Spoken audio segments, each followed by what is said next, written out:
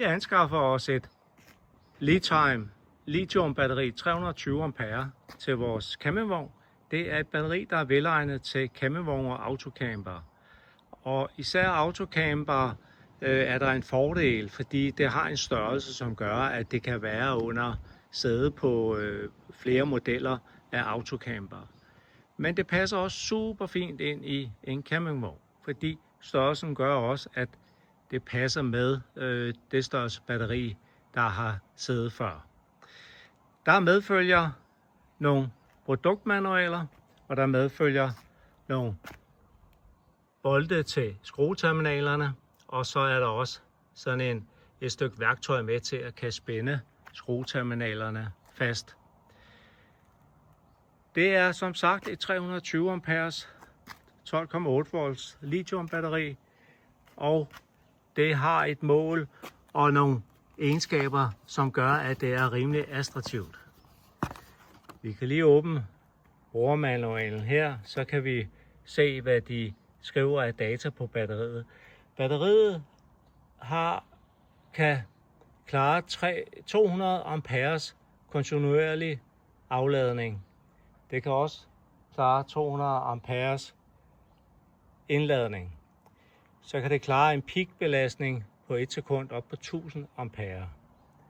Batteriet måler i bredden 36,8 cm og i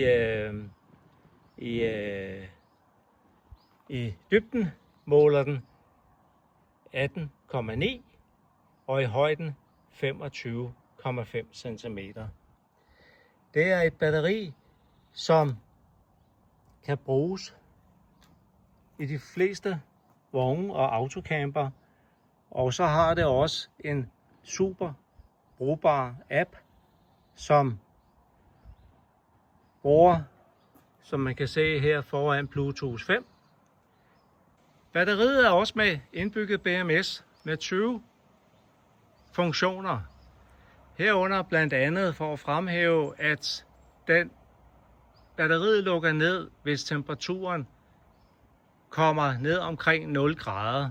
Det vil sige, at det lukker ned før, at det bliver 0 grader selve batteriets temperatur, for at sikre, at batteriet ikke tager skade ved indladning. Det vil sige, at batteriet stopper for, at man kan indlade på batteriet. Man kan stadig ikke forbruge på batteriet, men der er den sikkerhedsfunktion, at hvis temperaturen kommer som sagt ned der omkring de her mellem 0 og 5 grader, jamen så stopper det for at indlade, så det ikke tager skade.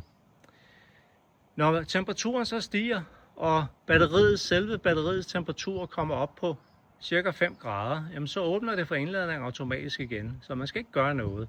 Det klarer BMS'en, og det styrer den helt selv.